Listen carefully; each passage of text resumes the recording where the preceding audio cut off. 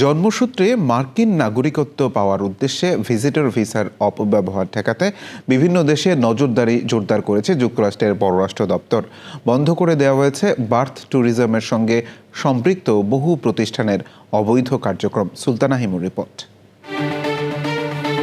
শুধুমাত্র যুক্তরাষ্ট্রের সন্তান জন্ম দিয়ে শিশুকে মার্কিন নাগরিকত্ব পাইয়ে দেওয়ার উদ্দেশ্যে ভিজিটর ভিসা ফিক্সিংয়ের মতো কার্যক্রম পরিচালনা করছিল পশ্চিম আফ্রিকা, ইউরোপ ও উত্তর আফ্রিকার বিভিন্ন দেশের বার্থ ট্যুরিজম চক্র।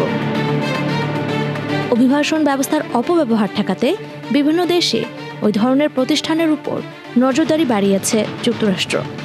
স্টেট ডিপার্টমেন্টের তথ্য অনুযায়ী পশ্চিম আফ্রিকায় একটি মার্কিন দূতাবাসে এই ধরনের কর্মকাণ্ডে জড়িত 100 জনের বেশি বিদেশি নাগরিকের নেটওয়ার্ক শনাক্ত করেছে।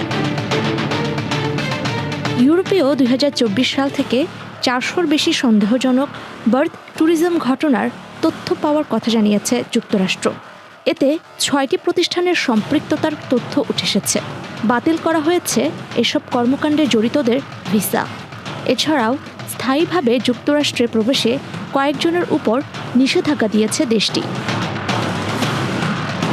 ভিসা জালিয়াতির মতো অবৈধ কার্যক্রম বন্ধে বিশ্বজুড়ে নজরদারি অব্যাহত থাকবে বলে জানিয়েছে মার্কিন পররাষ্ট্র দপ্তর। Sultana Himu, channel I.